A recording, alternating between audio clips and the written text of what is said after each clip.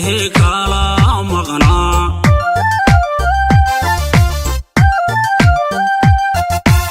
مدادهر طلقيه موجات كلا حديو حيث مغدين وراها ليه كلام مغنى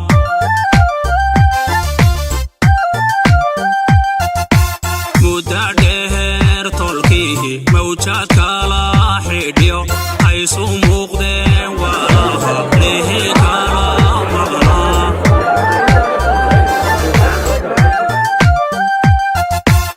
محبيو كالقعر وضموجيو إهل كلام مغنى اسمع ويليين محبيو كالقعر وضموجيو إهل كلام مغنى xaflad aad u qiimo badan khayr allaha siiya dadkii noo soo qaabileen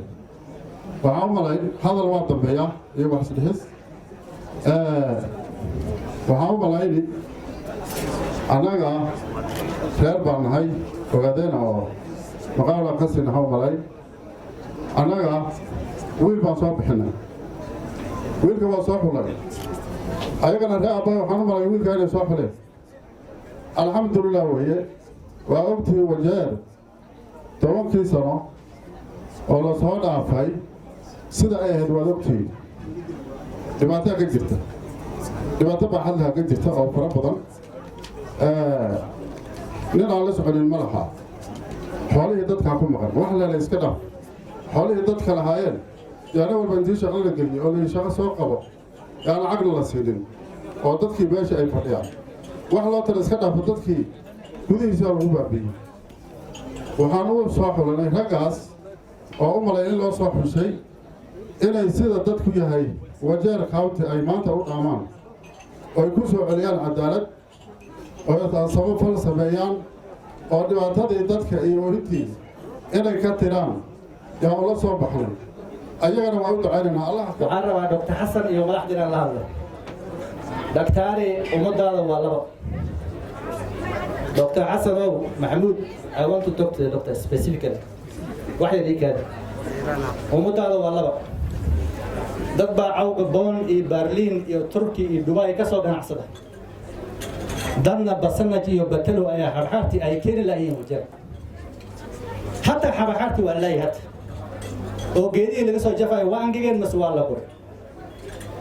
Gabdhaha ayaa dahab iyo luul iyo diamond isku rareen ayaa maanta briefcase guriyaash ay u yeelan kowana data jabula ayaa awga hatta strunga ay ku afraan laayeen ragba ilmahoodii Sydney iyo Singapore ay ka akhristaan ragba wisha 6 wiilo asaga iyo gabdhihiisa guriyaash ay fadhiyaan oo hatta wajiga galsay badan laayeen umutada taabay ka kooban tahay ragba maanta deyn loo haystaa oo oraxay magaalada aan soo istaagi karin oo bulooyinka fadhiyo ragba lacagta inay barkadeen guriyaasha ka badatay bangiyaasha ka badatay ayaa maanta baabuuro ku wata magaalada dhexdeeda waan lacagta wajeertay waan lacagta gobolka walaalo ummadaada taabay ka kooban tahay gabdha ayaa markay xanuunsadaan loo qaadaa China iyo Turkey oo isbitaal u aada gabar baa markay umusho isku dhimato oo joogta meesha la yiraahdo Joole ummadaada maanta labadaas ay ka kooban tahay sidii isku maamuli lahayd oo isku dhaqli lahayd ku taala wabillahi tawfiiq waxaan leeyahay wajeeray ka soo horarka waraaba markay raadi muqdisho laga lahaa waa Soomaalinimadii ka muuqatay weyn dadka wajeer dad Soomaali oo nadiif u istaal yay ahayd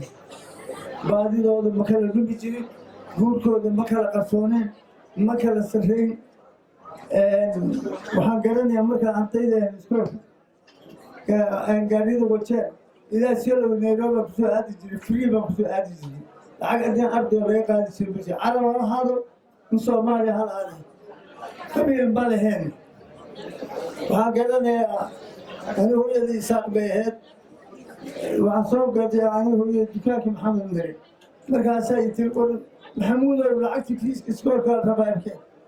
mamuur meesha fadhiya istaago jiri أخوي أنا بحين أسكر بلعب تقول قلت أبيستك تاني في جراي وفي هذا كاس وصل ما ده دكتور حسن محمد فوجة congratulations ilaahay yaa kuu qadiray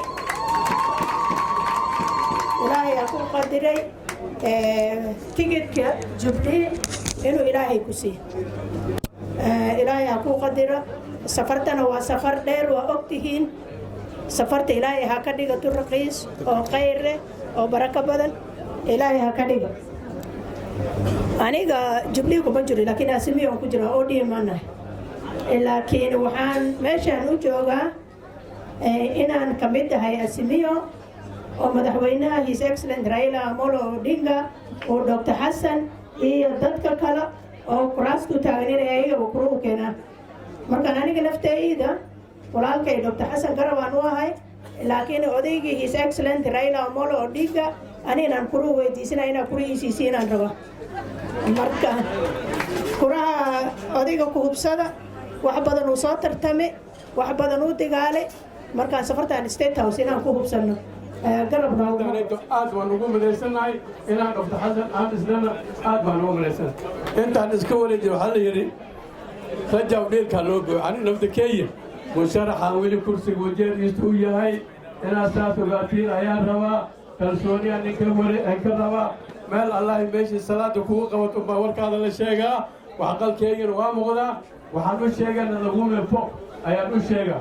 waxaan bilaabay 6 girls secondary schools maalin dhaweeto iskuulku u horreey oo 51 girls C+ and above ay heleen waxaan iskuul aan bilaabay ka mid tahay markaa saas ogaatiin ayaa la doonaa sidaas marka kale waan ka rajaynaynaa salaan oo maadaama educationiste waan ka rajaynaynaa inay waxgalkaasayta ogoto uu sii ziyaadan doono ayaan ka rajaynaynaa maantana tiimka waxaa waaye team medical iyo macallimiin waa shayga keliya oo loo baahay labada shay oo loo baahaya ay maanta mas'uul ay ka noqonaan ayaan rajaynaa intaa ka soko waana mahadsantiin khayrna allah siiyo maadaama aan beeshii Dr. Hassan aan ka dhashay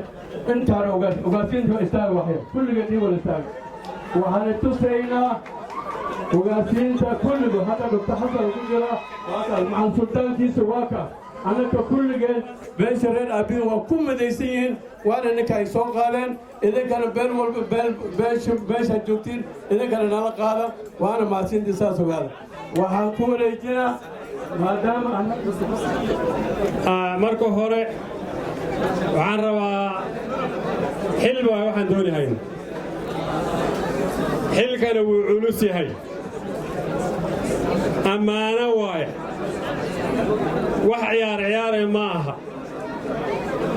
ani iyo walaalkay Dr. Hassan waxaa naloo soo xulay shaqada loo malaynayaa inaan ka soo bixi karno waxaan leeyahay shaqo fudud meehe horta loo duceeya waxaan idinka codsanayaa ducada inaad noogu kaalmaysiin waxaa hadduu shar leeyahay sharkaasi inuu ilaahay naga qabto hadduu khayr leeyahayna khayrkiisa inuu ilaahayna siiyo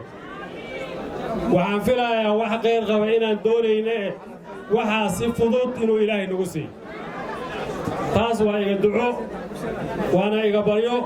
aan jeclahay inaan ilaahay ka barin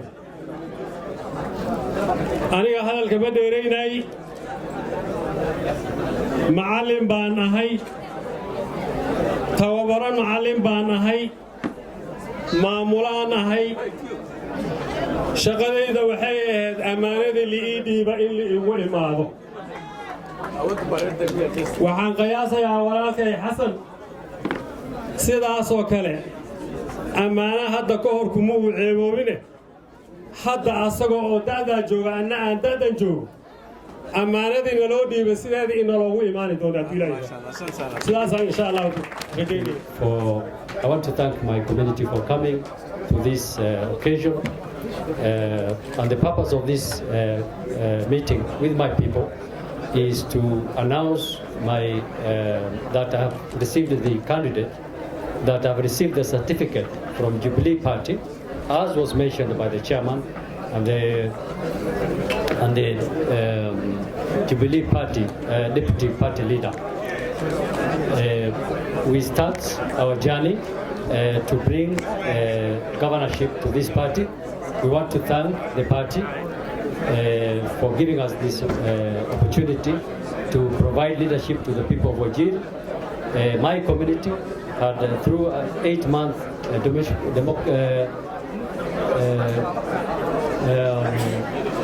negotiated democracy,